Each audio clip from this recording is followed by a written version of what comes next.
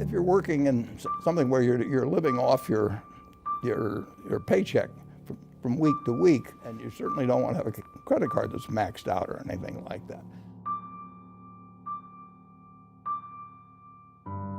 By far the best investment you can make is in yourself. I mean, for example, communication skills. I tell the students that come that they're going to graduate schools and business, and they're learning all these complicated formulas and all that. If they just learn to communicate better, and both in writing and in person, they increase their value at least 50%. If you invest in yourself, nobody can take it away from you.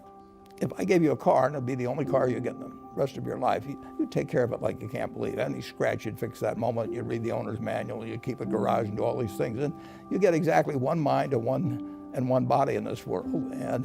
And you can't start taking care of it when you're 50. By that time, you'll have rusted out if you haven't done anything. So you should really make sure that you just remember that you just got one mind and body to get through life with and to do the most with it. What about life advice?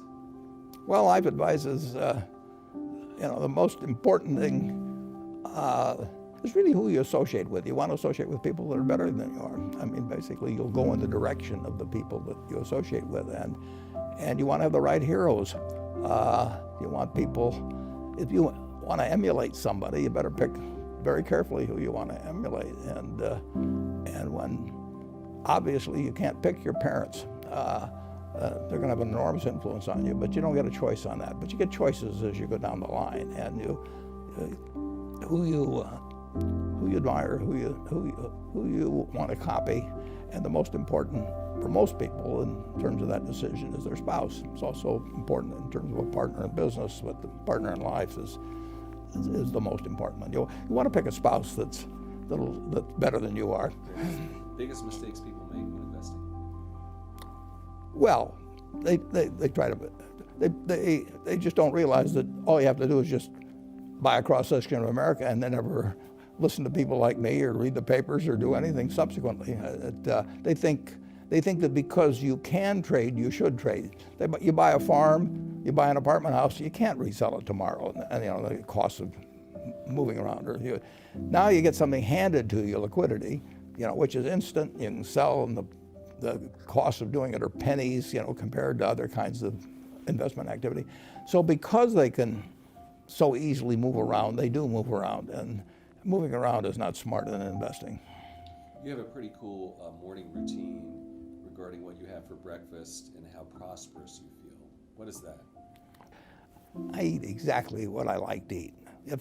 If I liked it on my 6th birthday, at my 6th birthday party when we had hot dogs and hamburgers and Coke and ice cream with chocolate, I still like it. And I don't care about anything subsequently. I discovered it all by the time I was 6. If somebody offered me a deal when I was 20 and said, you're going to live 1 year longer, instead of living to 88, you'll live to 89 or whatever it may be, if you eat nothing but broccoli and Brussels sprouts and onions and all these things, I just said, I'll take the last year off. It probably won't be that good anyway. So I eat what I like to eat. Is business school worth it? Depends on the person. Much more than it depends on the school. I mean, I wouldn't worry. Some people are going to get a lot out of advanced education, and some people are going to get very little. And I don't even think it's important that every person go to college at all. I mean, we have all kinds of jobs at 70 or so thousand a year, or 80,000 a year, that college training is not of use. And I actually was not keen on going to college myself. Yeah, my dad kind of jollied me into it. He could get me to do anything, but I knew I could have a good time, and I liked investing, and I didn't really feel I could read the books. So I don't, it's a big commitment to take 4 years, and the cost involved, and maybe the loans involved and everything. And I think depending on what your interests are in life, I don't think it's for everybody. I think it's for a lot of people. But there ought to be a reason you're going.